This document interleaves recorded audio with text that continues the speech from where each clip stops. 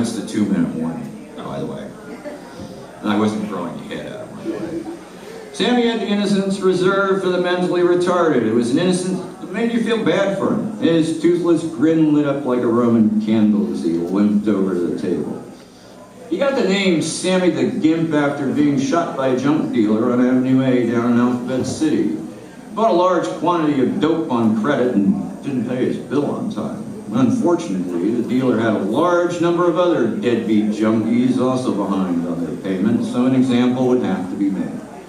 Sammy was that example. His punishment included being stabbed 23 times, and one of those injuries was a lacerated leg muscle that caused his cartoonish limp. When he was in my presence, he was a nuisance at best. When he wasn't around to step on my last nerve, I actually felt sorry for him. I mean, he was somebody's little boy once, son born to proud parents who never imagined their boy becoming a junkie. I watched as if hypnotized as his left foot dragged across the stardust floor, making the sound of sandpaper on steel. When he got to my table, he clumsily pulled out a chair, which of course sounded like fingernails on a chalkboard as it scraped across the floor. He finally settled in. Man, this guy was noisy. "Johnny, my man, how the hell are you?" "Just fine, Sam. What brings you uptown? This isn't your normal watering hole." I knew I was fucked at this point. "Well, I was looking for you." "Well, actually, I was coming back from Harlem when I ran into that loudmouth skirt maker." "Fashion designer, Sammy, fashion designer. There's a difference." "Yeah, whatever. She makes skirts, don't she?" It's amazing how a simpleton like Sammy can somehow come out ahead in the conversation. He was right. The loudmouth did make skirts. And it was a funny thought to think of her as a skirt maker rather than a know-it-all fashion maker. I tried to keep quiet as if my silence would propel the Gimp out of the tavern, but Sammy picked up where he left off. "Where was I? Oh yeah. I ran into the skirt maker. She said you insulted everybody at the party and stormed out of Izzy's place." Well, I didn't want to listen another second of those wannabe archetypes rambling on about the state of art in New York as if any of them really knew what was going on. Jesus, the shit that pours out of people's mouths would lead you to believe there was a bad case of verbal diarrhea running around the town. Verbal diarrhea, Sammy said? Verbal diarrhea, Sammy. Did you have something pressing to say? I knew I was about to get the lowdown on some surefire scheme guaranteed to get me rich, loaded, or both. Wanting to get it over with, I forced him to get to the point. There's nothing worse than having to wait for a fucking loser to lay out their plan knowing that you're going to end up having to get involved in order to get fair. He continued, spitting wet lumps of chewed peanuts out of his mouth as he spoke. "Well, here's the deal." Another chunky gooey peanut lands on my hand.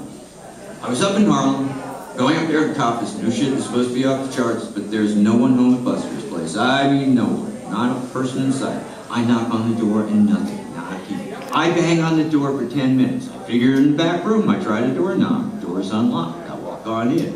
Guess the fuck what? Guess the fuck what? Jesus Christ, Sammy, just tell me. Just tell me, get it over with. Hey man, I'm trying to tell you. I'm trying to do you a favor here. More peanuts land on it. Wet, soggy peanuts.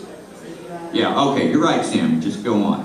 So I go inside and they're all fucking dead. I mean, they're shot up. Guts hanging out, faces blown off dead. You couldn't tell the boys from the girls. Now this was more than I needed to hear. The Gimp had managed to show up at Buster's after somebody had pulled a fix on the dealer, and now the big mouth is guaranteeing me a spot on the morning police report. This is what I mean about losers. They go on to do something as simple as copping dope in Harlem and end up walking in on a gangland slang. Then they start telling everyone who will listen about their tragic tale, which means that every guy who pulled the trigger will find out. They'll start looking for Sammy, which means they'll talk to everyone who knows him. My name will be first on their list. Goddamn gimpy-footed little fucking bastard who dragged me into another one of his pathetic, sad sack world schemes once again. Even with my glaring eyes burning a hole in his forehead. I said, "I'm gonna skin you alive," and he kept talking. So I look around to see if there is anything of value, and I see a paper bag. "What paper bag?" I asked, knowing the bag most likely contained drugs, money, or both. The paper fucking bag filled with the purest heroin I've ever tasted.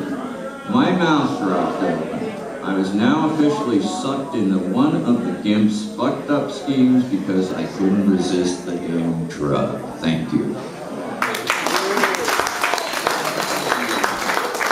You are getting out of John Patterson, please.